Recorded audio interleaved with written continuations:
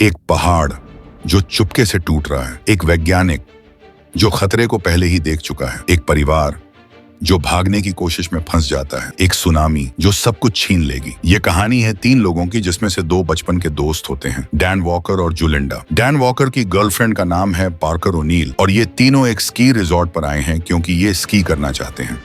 Dan अपनी girlfriend Parker को बोलता है कि तुम स्की लिफ्ट अटेंडेंट के पास जाओ और उसे कहो कि मैं अपना क्रेडिट कार्ड पेट्रोल पंप पर भूल गई और मेरे साथ मेरी 2 गर्लफ्रेंड्स हैं जिन्हें मैंने स्की करवाने का वादा किया था और तुम हमें $50 में 3 टिकट दे। हालांकि पार्कर जाना नहीं चाहती लेकिन वो अपने बॉयफ्रेंड के कहने पर चली जाती है। वहां जाकर पार्कर स्की लिफ्ट अटेंडेंट को मना लेती है। वो कहती है कि मेरे साथ मेरी 2 गर्लफ्रेंड्स हैं जिन्हें मैंने वादा किया था कि मैं उन्हें स्की कराऊंगी, लेकिन मैं अपना क्रेडिट कार्ड पेट्रोल पंप पर भूल गई और वो स्की लिफ्ट अटेंडेंट उन्हें 3 टिकट दे देता है और ये तीनों स्की लिफ्ट से अब माउंटेन के ऊपर जाना शुरू करते हैं। और जब ये रास्ते में होते हैं तो इनकी स्की लिफ्ट रुक जाती है। दरअसल वहां पर जितनी भी लिफ्ट्स होती हैं सब के सब रुक जाती हैं और लोग वहां पर शोर मचाना शुरू कर देते हैं। पार्कर को ऊंचाई से डर लगता है, वो डरने लग जाती है, लेकिन उसका बॉयफ्रेंड बोलता है कि कुछ नहीं होगा, तुम डरो मत। और कुछ ही देर बाद लिफ्ट दोबारा शुरू हो जाती है और ये तीनों अब माउंटेन पर पहुंच चुके हैं। ये वहां पर बहुत एंजॉय करते हैं और स्की करते हुए धीरे धीरे खाना खाते हैं। लेकिन लंच को स्की करने में बिल्कुल भी मजा नहीं आया क्योंकि पार्कर को स्की करना नहीं आता और वो बार बार गिर रही थी, इसलिए इन्हें रुक रुक के आना पड़ता है और अब लंच एक बार फिर से स्की करने जाना चाहता है। हालांकि पार्कर इनके साथ नहीं जाना चाहती लेकिन उसके बॉयफ्रेंड के कहने पर जबरदस्ती उसे इनके साथ जाना पड़ता है। और जब वे वहां पर पहुंचते हैं जहां से इन्हें लिफ्ट से ऊपर माउंटेन पर जाना है तो वहां पर जो लिफ्ट अटेंडेंट होता है वो कहता है कि लिफ्ट बंद हो चुकी है और हमें सूचना मिली है कि तूफान भी आने वाला है, इसलिए हमने लिफ्ट बंद कर दी है। लेकिन इन तीनों के जबरदस्ती करने पर उसे इन तीनों को भेजना पड़ता है और अब ये तीनों ऊपर जा रहे होते हैं। तभी लिफ्ट अटेंडेंट के पास उसी का एक एम्प्लॉई आता है और वो बोलता है कि अगले वीक भी तुम्हें आना होगा। वो कहता है कि अगले वीकेंड को मेरे भाई की कॉकटेल पार्टी है और इसके लिए मैंने पहले एप्लीकेशन दी है, इसलिए मैं अगले वीकेंड नहीं आ सकता। वो बोलता है कि अगर ऐसी बात है तो तुम्हें बस ऐसी बात करनी चाहिए और वो वहां से अपने बॉस से बात करने के लिए चला जाता है और अपने साथी को बोलता है कि अभी अभी लिफ्ट से 3 लोग ऊपर गए हैं और जब तक वो वापस ना आ जाएं तुम लिफ्ट को बंद मत करना, और वो वहां पर खड़ा हो जाता है।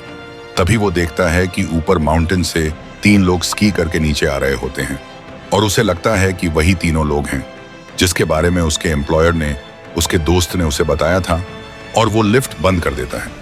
वही लिफ्ट में जो लंच और पार्कर होते हैं वो सोचते हैं कि लिफ्ट अपने आप ही बंद हो गई है जैसे पहले हुई थी और वो आपस में बात करना शुरू कर देते हैं।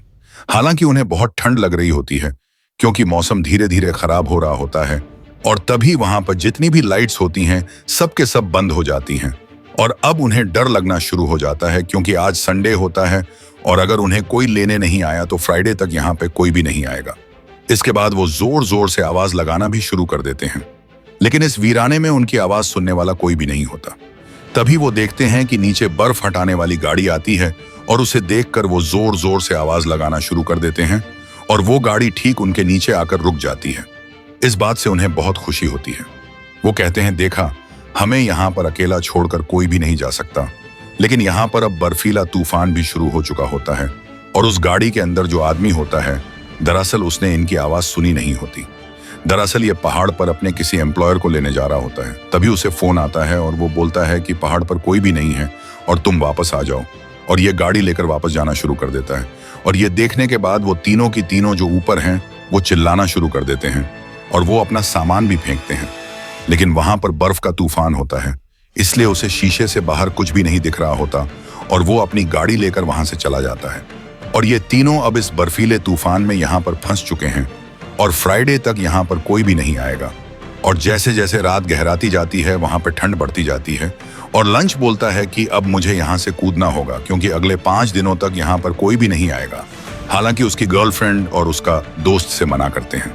वो कहते हैं कि हमें सुबह तक इंतजार करना होगा और सुबह जरूर कोई ना कोई यहाँ पर आ जाएगा। डैन बोलता है कि अगले 5 दिनों तक ये रिजॉर्ट बंद है और 5 दिनों तक यहाँ पर कोई नहीं आने वाला, और वो अब वहां से कूदने की तैयारी करता है।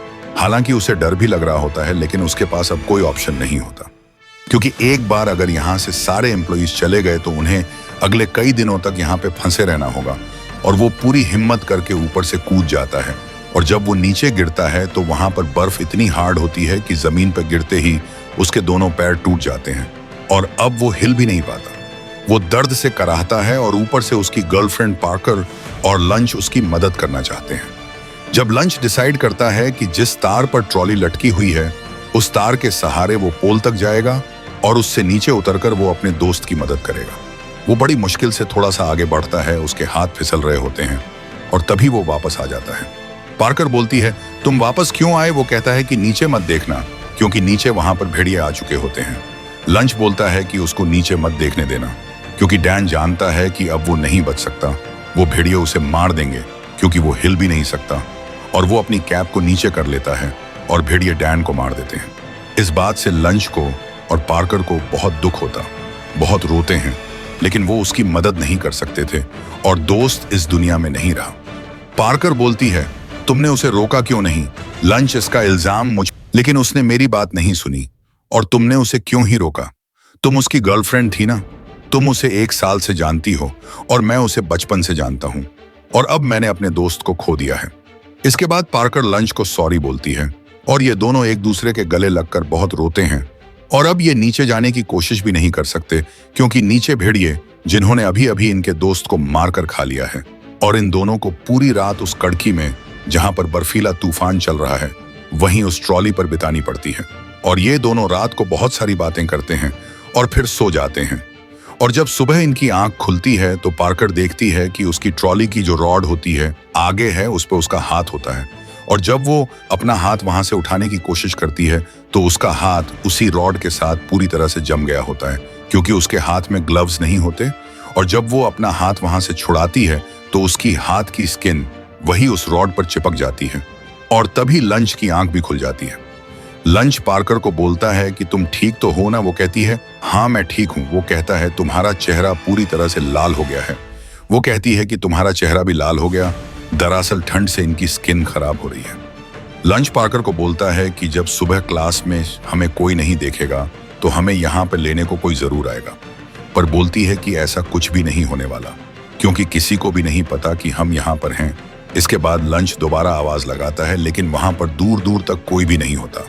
लंच पार्कर को बोलता है कि पीछे जो पोल है, अगर मैं वहां तक चला गया तो सीढ़ियों से नीचे उतर जाऊंगा। पार्कर लंच को बोलती है कि तुम वहां पर कैसे जाओगे, क्योंकि तुम्हारे हाथ में चोट लगी है। दरअसल पिछली बार जब वो ट्रॉली की वायर से नीचे अपने दोस्त को बचाने के लिए जा रहा था, उस वक्त उसके हाथ में चोट लग गई है। लंच बोलता है कि हम यहाँ पर एक रात और नहीं गुजार सकते, लेकिन अब यहाँ पर धूप आ गई होती है और इसीलिए पार्कर से बोलता है कि हमें कुछ देर यहाँ पर इंतजार करना चाहिए, अगर यहाँ पर कोई और नहीं आया। उसके बाद हम सोचेंगे। और ये दोनों उस धूप में अब यहाँ पर किसी के आने का इंतजार करने लगते हैं। रात को यहाँ पर जितनी ठंड होती है, दिन में यहाँ पर उतनी गर्मी होती है, क्योंकि यहाँ पर धूप बहुत तेज है और ये पूरी रात से इस ट्रॉली पर बैठे हुए हैं। इसीलिए अब पार्कर को टॉयलेट जाना होता है और जब लंच सो रहा होता है तो उसे मजबूरी में अपनी पैंट में ही टॉयलेट करना पड़ता है, क्योंकि वो यहाँ से कहीं भी नहीं जा सकते। अब कुछ टाइम और बीतता है और लंच ये तय करता है कि वो ट्रॉली की वायर से दूसरी ट्रॉली जाएगा, जिसके पास वो पोल है जिससे वो नीचे उतर सकता है।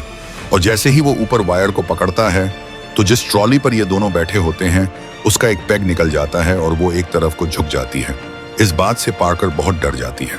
वो कहती है, ट्रॉली गिर जाएगी। लंच कहता है, कुछ नहीं होगा, तुम ही बैठे रहो। और वो बड़ी मुश्किल से उस वायर के सहारे दूसरी ट्रॉली तक पहुंच जाता है, जिसके पास वो पोल है जिससे उसे नीचे उतरना है।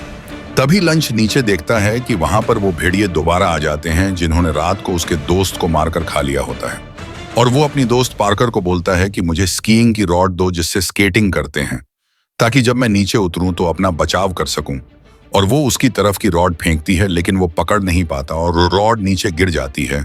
और किसी भी हालत में अब लंच को नीचे उतरना पड़ेगा, क्योंकि ये दोनों अब एक और रात यहाँ नहीं रुक सकते। अगर ये रुके तो ये ठंड से मर जाएंगे। और लंच नीचे उतर जाता है और नीचे उतरने के बाद उसके ऊपर भेड़िए हमला करते हैं और उसके हाथ में रॉड नहीं होती, इसलिए वो उनसे फाइट करता है। लेकिन किसी तरह से उसके हाथ में वो स्केटिंग की रॉड आ जाती है और वो उसे भेड़ियों को भगा देता है। अब लंच पार्कर को बोलता है कि तुम नीचे मत उतरना, मैं जल्दी वापस आ जाऊंगा। और वो अपने स्केट्स पे बैठकर वहां से नीचे उतरना शुरू कर देता है। और जब वो नीचे जा रहा होता है तो उसके पीछे भेड़िए पड़ जाते हैं। पार्कर जोर से चिल्लाती है लंच और लंच उसकी नजरों से ओझल हो जाता है। दरअसल वो बर्फ से फिसलता हुआ नीचे चला जाता है और अब उसे कुछ नहीं पता कि लंच यहां से बाहर पहुंच पाता है कि नहीं, वो मदद लेकर आ पाता है कि नहीं, या वो जिंदा है कि नहीं। बस उसके सामने ये वीराना है और वो इस वीराने में अकेली है। और धीरे धीरे दिन ढल जाता है और शाम हो जाती है और लंच वापस नहीं आता और पार्कर को एक और रात इसी झूले पर अकेले बितानी पड़ती है और सुबह हो जाती है। अब सुबह वो यह तय करती है कि उसे किसी भी हालत में यहां से जाना होगा, क्योंकि अगर लंच को वापस आना होता तो अभी तक वो आ जाता, लेकिन लंच वापस नहीं आया। और अब पार्कर उस झूले से उतरने की कोशिश करती है और जब वो झूले पर थोड़ा सा लटकती है तो झूला टूट जाता है, क्योंकि उसका एक पैग पहले से निकला होता है, लेकिन झूला नीचे नहीं गिरता। वो एक पतली सी तार से अभी भी अटका हुआ होता है और वो पतली तार धीरे धीरे टूटती होती है, लेकिन इससे पहले कि तार टूटती है पार्कर नीचे कूद जाती है और जब वो नीचे कूदती है तो ऊपर से झूला भी टूटकर उसके पैर पर गिर जाता है, जिससे उसके पैर पर बहुत ज्यादा चोट लगती है और अब वो चल नहीं सकती है और वो फिसलते हुए नीचे उतरना शुरू कर देती है। और जब वो फिसलते हुए नीचे जा रही होती है तभी वो देखती है कि उसके सामने बहुत सारे भेड़ी, लेकिन भेड़ियों से मारते नहीं हैं, क्योंकि सामने लंच की डेड बॉडी होती है जिसे भेड़ियों ने मार दिया होता है और इन सब भेड़ियों का पेट भरा हुआ होता है। और जानवर सिर्फ तभी शिकार करते हैं जब उन्हें भूख लगी हो और इसीलिए वो पार्कर को कुछ भी नहीं करते। इसके बाद पार्कर वहां से नीचे फिसलना शुरू कर देती है और किसी तरह से वो सड़क तक पहुंच जाती है और सड़क पर पहुंचने के बाद वो बेहोश हो जाती है। तभी वहां पर एक गाड़ी आती है और वो पार्कर को देख लेते हैं और इस तरह से पार्कर की जान बच जाती है। पार्कर ने एक रात में 2 लोगों को खो दिया, एक जिससे वो प्यार करती थी, जिससे वो शादी करना चाहती थी, और दूसरा उसका दोस्त। और इसी के साथ यह कहानी यहीं पर खत्म हो जाती है।